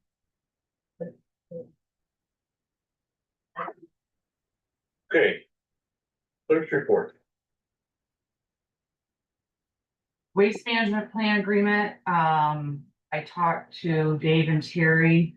And, they were requesting other information besides just our plan, which we don't have one. So, that was easy to submit online. MGT, Stephanie Farrell, she's been, requesting a list to complete their report. I think I'm down to just the question that I had for Ken, because these gas fee reports, I'm not familiar with them. And I couldn't think of any long-term leases. I said, yeah, we've got lots of leases, but you know, I didn't think that's what they were looking for as far as, I'm sure there's some kind of a threshold. Election Source was here on Monday, all 12 townships, dropped off their equipment, or stayed and watched preventative maintenance that was done. It's done every 2 years. It updates, the latest software that the state requires in your voting equipment. There were 4 of them here. I think the total age combined was, I don't know, they were like kids, but they were contracted to provide the service, and everything's done like on their phones, and it went smooth, it went good. You can see I included in your packets the MAC invoice, and it was budgeted for $8,700, probably because that's what we paid last year. And we've received this, I received a lot of bills in July, in fact, but it's about $450 short. So I will scan and email this to finance for proper funding before we pay it, because I just got it. The draft handbook was emailed out. You would have gotten an email from Trina. She's been working a lot with additional questions that they have. We presented the handbook to personnel, and there were a couple of things that were suggested changes. So they also updated it by law for the Earned Sick Time Act is now included in there. And of course, nothing will be approved. They just sent the final draft review, and we'll have highlighted what changes they made or brought up to date according to the law. So you guys are all in possession of that. I don't know when you want to meet to go over that. I'm sure it's gonna be lengthy. I don't know if it should be a workshop. That's up to you guys. Because right now is the time to make any changes that you want, because the draft version has just been submitted to their legal team for review, so that's where it's at with them. And they're aware that you've all been provided copies. I'll communicate with everybody. We'll try to set up for a workshop. Okay. Did you say Stephanie O'Farrell? Yeah, She's working on a cost allocation plan. It doesn't have anything to do with the prosecutor and the attorney, the cost. She's working on the indirect costs. indirect costs. Right. This isn't having to do with the cost allocation for prosecuting attorney. Friendly for it. I just wasn't sure. Oh, Because that's very, I understand what you're saying. oh, I might have, sorry, that way. Aflac was here yesterday morning. Since the beginning of Aflac, I think, Paylogix has been used as a third-party vendor to make the payments through, and they have been a nightmare all the way back before Dave Talbot. And they can't, they base their, how they collect the money is, and build is based off of a 24-week. 24 pay schedule instead of a 26 that we utilize. And they say they fix it and they don't. Dave Talbot could never get anywhere with them. Shannon that we utilize now has taken over from me and Trina trying to do it. And he's getting nowhere. So we signed a letter today to leave Paylogix. It is to provide the third billing party. And it will go through the Aflac Business and Service Portal, and that's where we'll make the payments to, and hopefully that's an easy transition. There's been a lot of HR activity in the office. There is or will be 6 employee changes. So some are transitioning to new seats and some are leaving and trying to figure out the buyout, and they're pretty close. It's the payroll week, so I'll have that information for you next week. Okay. We received a large packet in the mail and all I saw was it said IRS and I'm like, oh yeah. Tina. So I put it in Tina's box and then Tina goes, you're gonna have to help me with this. So what we ended up finding out after gathering a bunch of information and a few phone calls, very nice gentleman, we actually were audited by the IRS. And it was in regard to 1099s. And that had it been an error when Tina first started in 2021, and a lot of what it was, there were 6 1099s. So when a business uses their social security number for their tax ID, once it gets to the IRS with the social security number, they don't know who this business name is. They don't have a name to link up to the 1099. So by 2022, Tina figured that out on her own and corrected it. So they were actually auditing us on 6 1099s from 2021. So, but it went really well. Like I said, he was actually really helpful. He hooked Tina up with, I can't think of what the name of it's called, but you will plug in, it's on the IRS's website where you can plug in their social security number and verify with their name for 1099 and W-2 purposes, especially when everything's on file. They really like that we, Tina scans all of the W-9s into each individual vendor, and those are updated pretty good. Also, they like that there was a corrective action kind of that we were taking with having the audit for the 1099s and the W-2s, so he made notes of that as well. So actually, it went pretty good, so, yeah. Anything else? That's it. All right, sheriff's report. That's enough. Or sheriff's report of the year. Get the best. Just that kind of stuff. Great.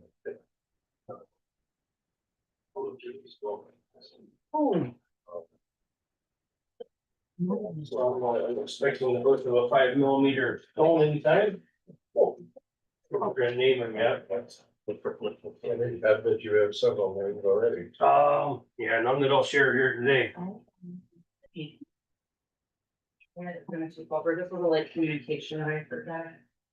We are leaving 2 weeks. Well, I might be off the truck, Okay. yeah. Good luck. Be careful. I'm gonna have last meeting.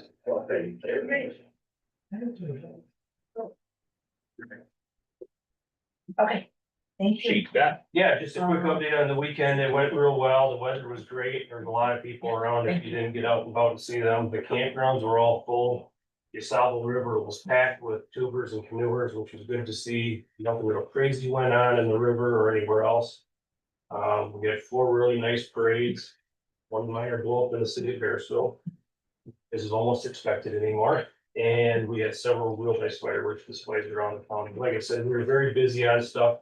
There are no huge incidents or huge accidents or anything. Real bad in the report.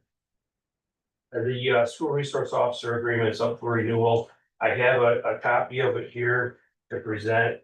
No rush on it or anything. I already had. The agreement was signed several years ago and reviewed by the county attorney, as was this contract extension that I'm presenting today.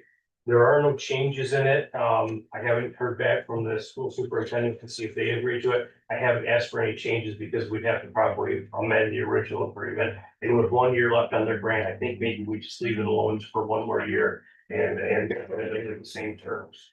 And again, it has no signatures on it, and the original agreement is attached to it, per the wording and the language of the extension. Do you require any new signatures or just continuation? Well, yeah, it's just we need a signature to continue it is all we need. And like I say, if you take a glance at it, there's really, the wording in it says that there are no changes other than the extension of the date. Up to include the July of next year, which corresponds with the end date of their grant agreement with the state of Michigan. So we need to generate a new one of these with updated dates. No, No, the extension letter, which is the first 2 pages there, Got it. that takes care of got that. that. Yeah. Yep.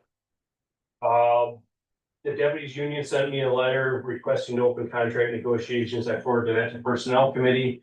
And I did respond to him and told him, I said, we're pretty busy around here until after Labor Day, so it's not a problem. He didn't seem to think that was a problem at all. He just has to notify us with an email letter and a hard copy that should be coming in the mail shortly. On board meetings tomorrow, Terry, if you haven't forgot that, that's an opening tomorrow. They moved them to Thursday this time. Yes.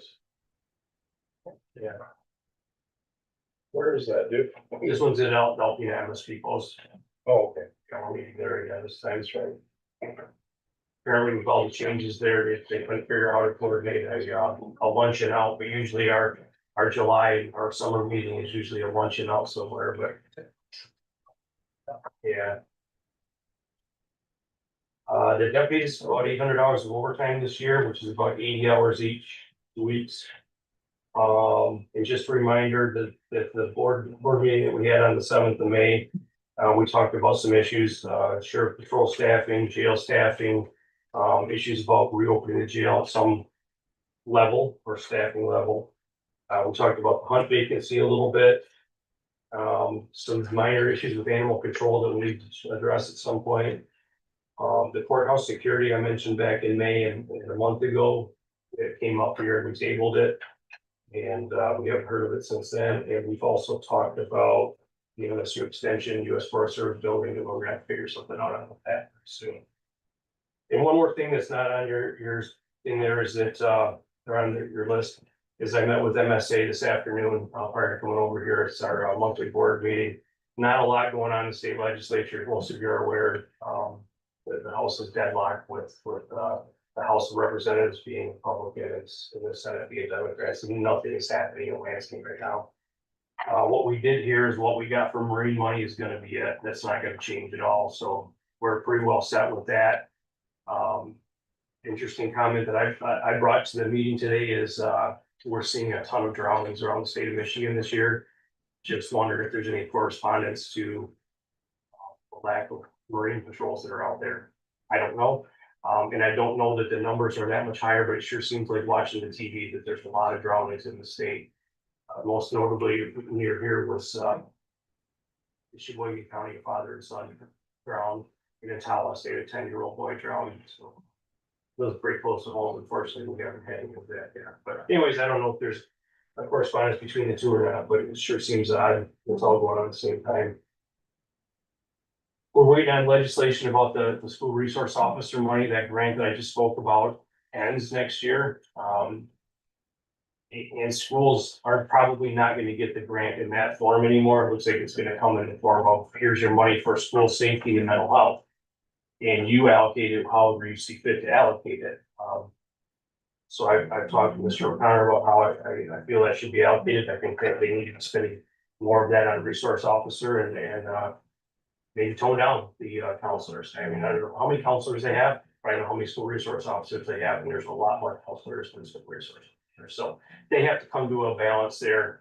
And again, I'll reiterate that I do think it's a responsibility to pay for that as a district, because it's a benefit that the district receives, not the entire county receives. That school district receives it. People who live in Oscoda, or Fairview school districts don't receive that benefit, so.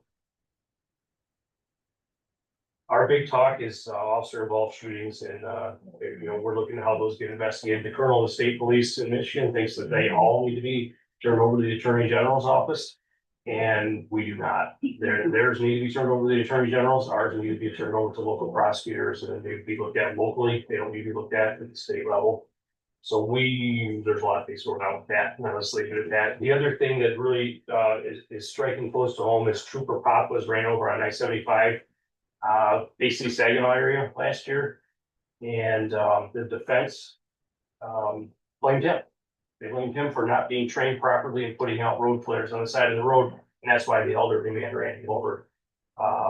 So anyways, in response to that, we're probably going to be working on doing some traffic safety type things at the state level and the Michigan Sheriff's District levels and training on how to put out flares so that they can't have that defense. But we all know that elderly driving is just as bad as sometimes, it's just as dangerous as drunk or drug driving, so.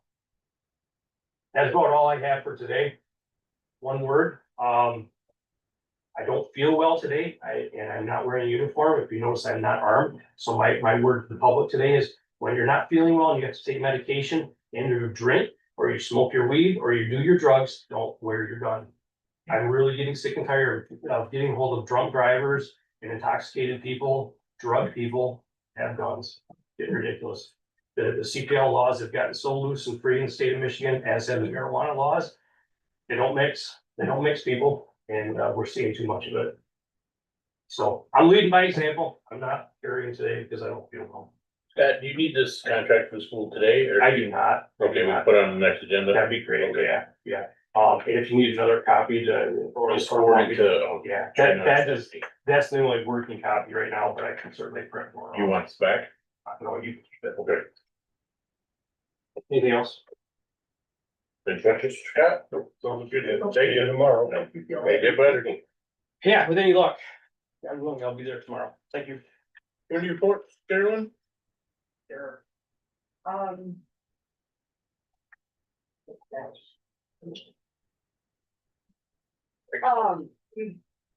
We have identified a potential CEO for Sunrise Center. We haven't done all the clearance checks that we need to do, and for that reason, I'm not releasing, but, I sat through all of the interviews, and then we have 2 meetings outside of the interviews proper to discuss things regarding the candidate. Well, all the candidates, but this one obviously later. August 7th, which is a Thursday at the fair, is the LEPC meeting at 1 o'clock and followed by the 911 meeting. As you know, LEPC's done it's their July meeting, but obviously it's August. And, for a number of years, it will be over by where the, emergency management trailer is. And, we usually have a few people that stop in and frequently they walk away. It's not that exciting to them. That's okay. Substance use disorder meeting was relatively routine. We had the Cedar Lake Water Management Plan meeting. We did the draft 5 weeks ago, I think. And from that draft and the suggested changes and so on, we went into a final draft, which was reviewed this past Thursday. And it will now go to the state, to EQ, to Eagle, anybody else who wants to stand in line and get a copy of it. And then after they approve it, then it will be the new plan. Cliff had their meeting last Friday. The term of the riparian rights member had concluded. And so we did have the a candidate for that riparian rights position. The way the statute is written, we must have one riparian right board member on that board. just as we have to have the, Jessica Campbell's on it, as the drain commissioner from Iosco is on it, and it also includes a riparian right. Rex Vaughn was elected riparian right, and then he was elected chairman again. Rex has worked very, very hard on, many aspects of it. And, I know he just finished spending about 7 or 8 days trying to get our EIN number back. It had been, I don't know if I told you this last time, I don't think we had finalized it last time. But anyway, it had gone into, we didn't know, they said it didn't exist. And finally, we were able to get at IRS. He said, well, you know, could it be inactive? We said, well, we didn't ask for it to be inactive. So let me look and see. Lo and behold, it had been determined that it was inactive. And so for that reason, we finally did get it back and it's activated. So now we can keep moving further.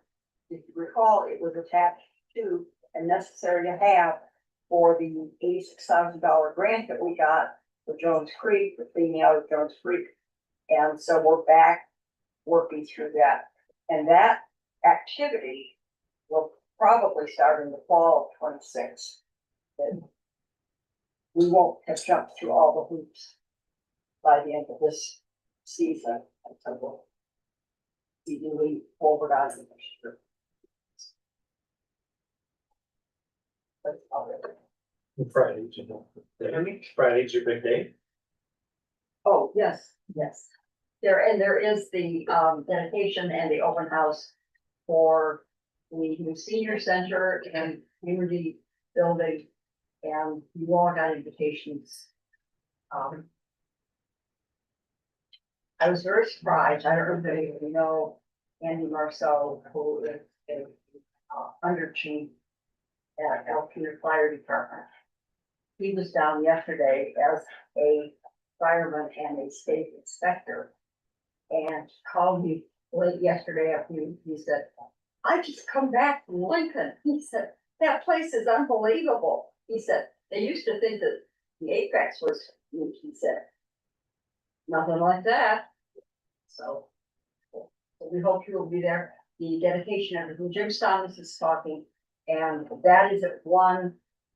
Jim said the other day when I was on the phone with him that if I have to talk more than 5 minutes, Carolyn, you have to supply me with all what you want me to say. You don't have to talk for 5 minutes. So he's brief anyway. He does not want to babble on. So, but hopefully you can all stop there.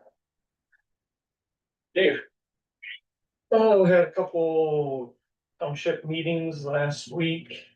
And actually I went to the Parks and Rec meeting. Yeah. And they didn't have it that day. That's what I did last.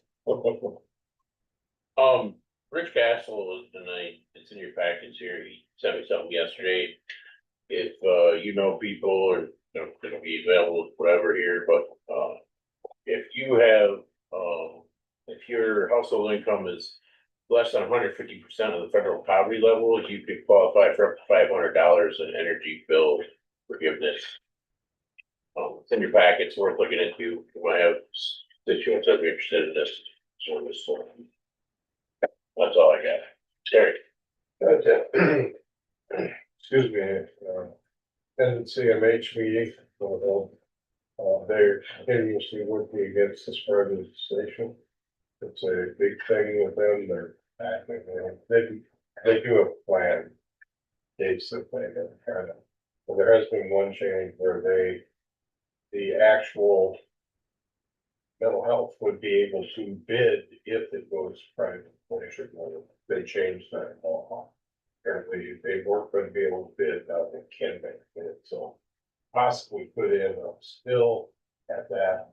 I don't believe it's in the best interest of people, just keep it the way it is. Or,